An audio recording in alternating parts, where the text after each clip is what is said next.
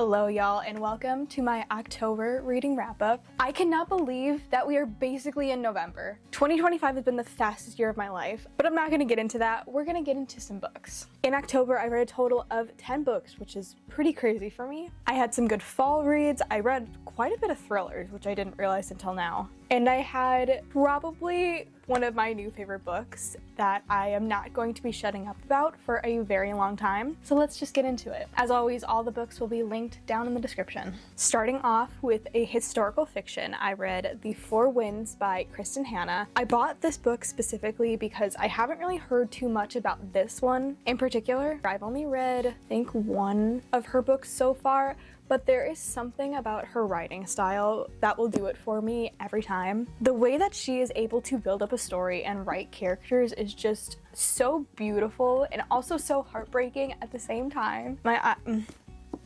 I gave this one 4.25 stars. The way that the characters melted my heart. This book takes place in the 1920s, which is crazy to think about that even though this in particular is not real, a lot of the scenarios discussed in this book could be real. But that was 100 years ago, which is insane to think about. And it basically takes you through this mom's journey of finding out that she's pregnant at a young age and taking care of her children and figuring out what she needs to do to live, survive, again, take care of her kids. And then we transition into the 1930s where the drought basically changes a lot of aspects in their lives and makes it very hard to live and figure out what step they need to take next. And like, don't get me wrong, her books are chunky, so they are very intimidating, at least to me. But boy, are they worth every single page. I really, really love this one. I cannot wait to read more of her books. Oh, so good. And then I didn't realize it until now, but I did read quite a few thrillers. I read 4 thrillers, but they all happen to be Freida McFadden books, which I didn't realize until now. Her books are just potato chip books. They're so quick, they're so fun. Sometimes, I guess, not all the time. But let's start off with this one. I was continuing a series that I started from last month, which was The Housemaid's Secret, which I gave 4 stars.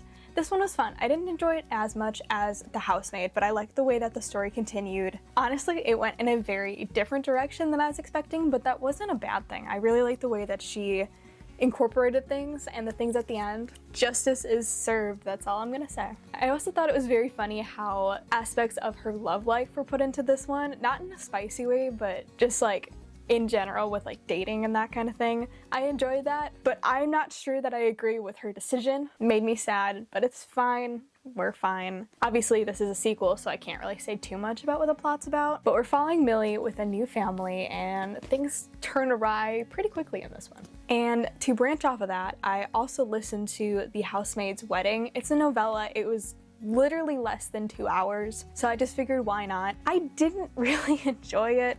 Obviously, if you couldn't tell by the title, this does follow her wedding, and I liked the plot, but I just feel like it was too short for her to really build up any suspense and really give us any plot twists. I gave it 3 stars. There's really not too much to say about it. Like I said, it's literally 2 hours, and it is also part of a series, so I don't want to say too much. The next book that I listened to was Want to Know a Secret by Freida McFadden, and if I'm being honest, I'm really trying to remember what this one was about.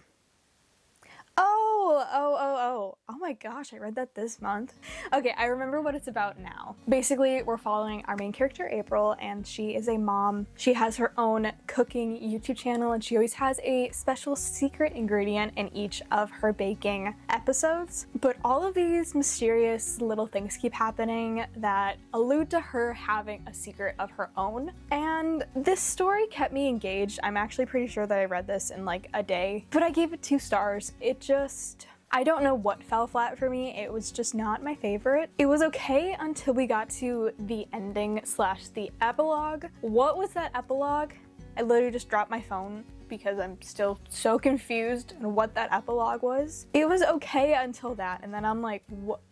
So confused. But I think one thing I did not like about this one compared to her other books is that I guessed majority of the plot twist of this one, whereas there's a lot of her books where I do not see them coming at all. In this one, that was not the case. So yeah, definitely not my favorite. The next one I listened to was The Inmate, and I've heard a lot of good things about this one, and this one was so intriguing to me because I feel like I kind of guessed the plot twist to a point, but then there are so many things happening that it's almost like you can't guess the plot twist because you're only thinking about certain things of the plot. If that made any sense at all, probably not. But I feel like my Goodreads rating pretty much sums up how I feel on this book. I gave it 3 stars, and I said, I have mixed thoughts on this one. I guess most of the plot twist, and I feel like some of the things that happen are not exactly realistic for a thriller. Example, giving up too quickly at the time that the murders happen. It just feels like to me a character would not brush off some of those things so quickly, at least. It was super fast, finished in a day, and I enjoyed parts of it, so I did 3 stars question mark. But out of all of her books this month, I think I definitely enjoyed The Housemaid's Secret the most. Taking a little 360 spin here, I did a reread, and oh, do I love this book. I read this book basically 2 years ago from the time that I picked this up again, which I think is very funny, but I reread The 7-Year Slip by Ashley Poston. Oh my, I love this book. I love this book so much that I got this edition with the sprayed edges. Oh, I never took out my bookmark. This book is so whimsical and magical and just so fun. I love it so much. Upon my reread, I gave it once again 5 stars. I love this book. It's just so fun. It's so cute and it has me giggling every time. And it's so funny rereading it because now I catch little things that I didn't catch the first time around, which is just, ugh. Don't think about it, you're gonna cry. I know this is a very popular book, so I'm not gonna say too much about the plot, but basically our main character inherits her late aunt's apartment that has a little, they call it a slip, but it's not a curse. It's basically a magical apartment that has a 7-year slip in time at certain points when it chooses. But the guy in this book, I love him so much, and then the reveal at the ending, it'll get me every time. I already know what happens, but it will get me every time. It was so fun. It was so cute. I literally just reread it and I want to reread it again. That's how much I love it. Okay, put the book down. Put the book down. On to my next book. This one I've been meaning to pick up for a while, and I'm so glad I finally picked it up. I read After I Do by Taylor Jenkins Reid. Lately I've been trying to pick up more and more of her books just because her writing style is just so, it's just so beautiful. I love it so much. I gave this one 4.5 stars. I might give it maybe 4.25 now. Might lower it a tiny little bit. This one was so heartbreakingly good. We follow our 2 characters who marriage falls apart. They don't really know what went wrong, but they kind of just fall out of love. So they decide to split up for a little bit, go their own ways, and then they'll reconvene in a year and figure out what they want to do with their marriage. Do they want to stay together? Do they want to get a divorce? They don't really know what direction they want to do. The back of the book says, this is a love story about what happens when love fades. This book had me staying up late trying to finish it because I just wanted to know what happened. I wanted to know how it ended. I think the first maybe 50% of this book was reading like a 5-star for me, which was very exciting. And although I still rated it very highly, I just feel like what happened at the end, it happened so fast that I wanted more to happen with it. But at the same time, I don't know how she could have done more with it. Oh, did it break my heart though. It's funny because it's a romance book, but at the same time, it's more of a book of 2 individuals having their own self-discoveries. And I don't think I can talk about it much longer, otherwise I probably will start tearing up like I am right now. All right, on to the next. All right, continuing on, I continued another series, which even though spooky season will be over by the time this video is out, I think in November I am going to finish the series regardless. But I continued the Ex-Hex trilogy with The Kiss Curse by Erin Sterling. These books are just fun, they're fall themed, they're about witches, and they're just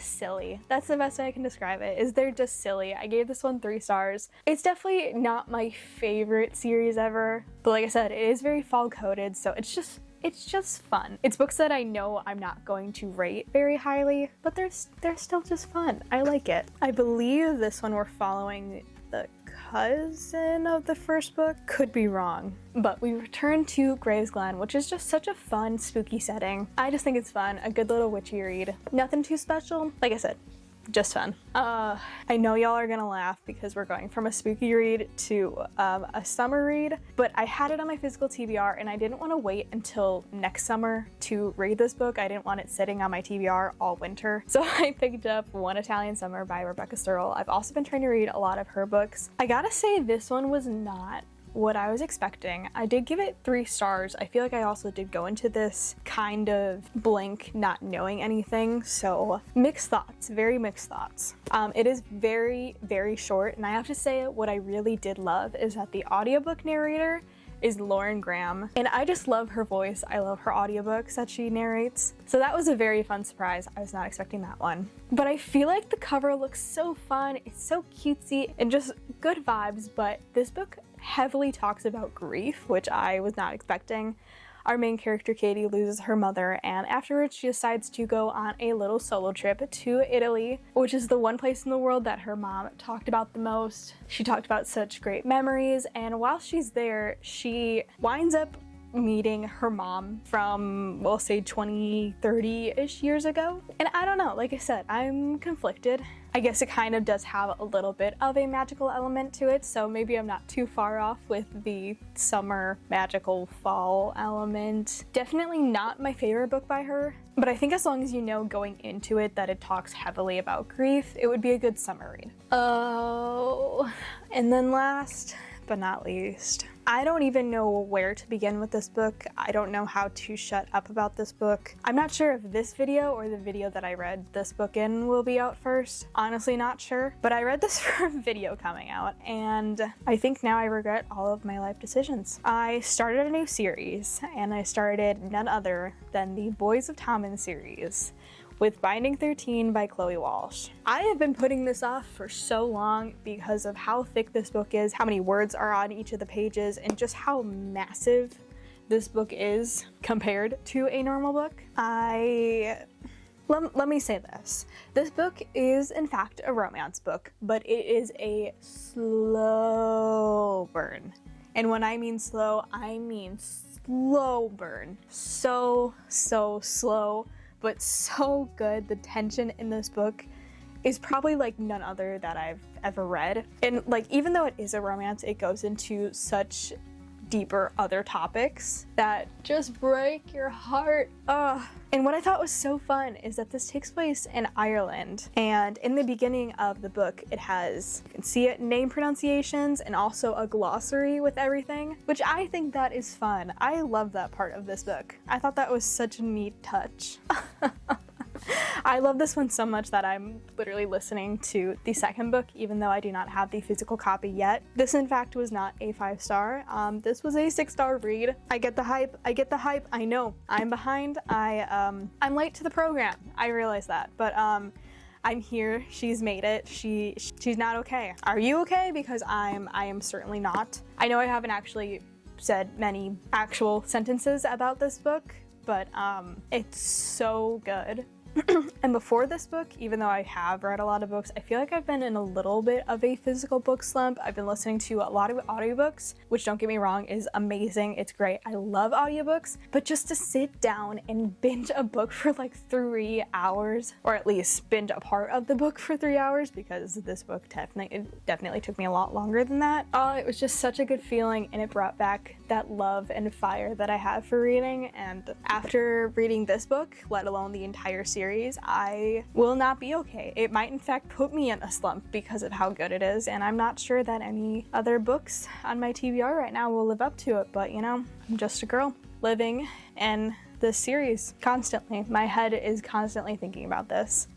I know I've just ranted basically about nothing, but if you haven't yet picked up this book, what are you doing? Pick it up, read the series.